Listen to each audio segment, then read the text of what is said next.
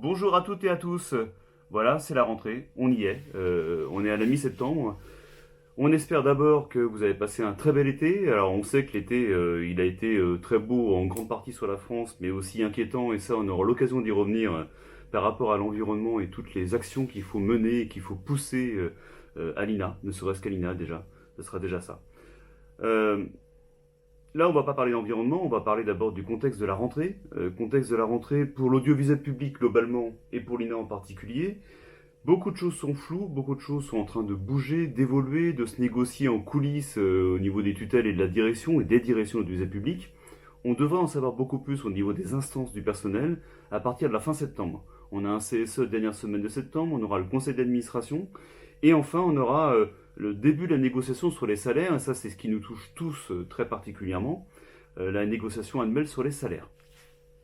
De ce point de vue-là, on a eu des bonnes nouvelles, avec un cadrage particulier que la direction a été chercher, sans doute dû aux différentes actions syndicales qu'on a menées les uns et les autres, les demandes, les courriers appuyés, répétés, l'éventuelle mobilisation, même si ça n'a pas mobilisé grand monde à l'INA.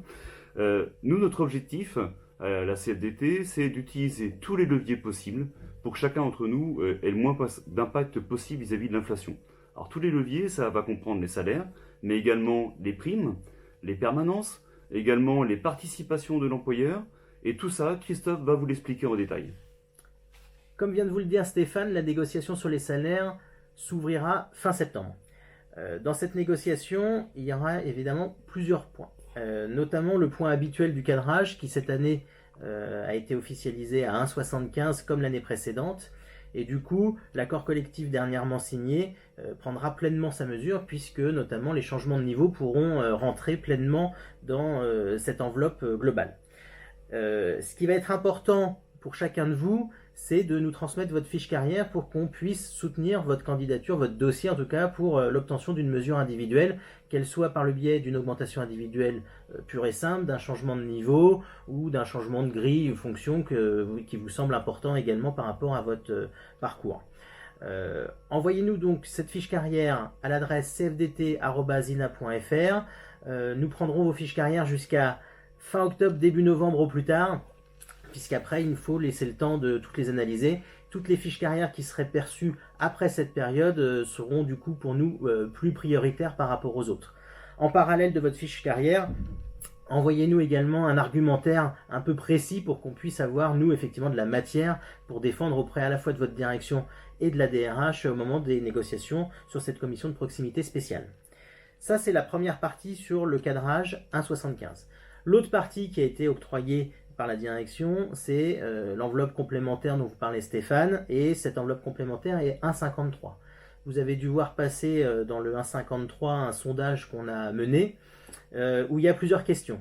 En tout cas, une importante qui est la première, à savoir, est-ce que vous souhaiteriez que ce 1,53 soit pour tous, ou qu'il soit modulé en fonction des tranches de salaire potentielles à voir ensuite dans cette négociation, à voir par exemple entre 2000 et 3000 quelqu'un toucherait un 70, entre 3000 et 4000 quelqu'un toucherait un 50, et au-delà de 4000 quelqu'un toucherait un 30, voire plus ou moins en fonction de ce qui pourra être vu dans cette négociation. Ça, c'est à titre d'exemple.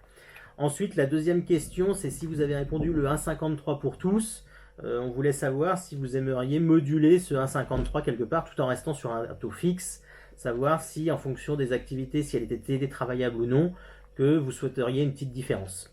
Donc voilà, donc on vous rappelle ce sondage, surtout participez-y parce que ça va être important pour nous d'avoir votre avis. Vous allez avoir le QR code qui s'affiche à l'image, n'hésitez pas à le flasher pour pouvoir répondre directement au sondage. Ça, c'était le point sur l'enveloppe complémentaire. Dans cette négociation annuelle sur les salaires, il y aura aussi les parts, notamment de subventions de cantine, les parts patronales sur un peu de prévoyance, etc., sur lesquelles on va essayer de négocier pour voir avec la direction ce qu'il est possible de faire dans cette période un petit peu compliquée sur l'inflation.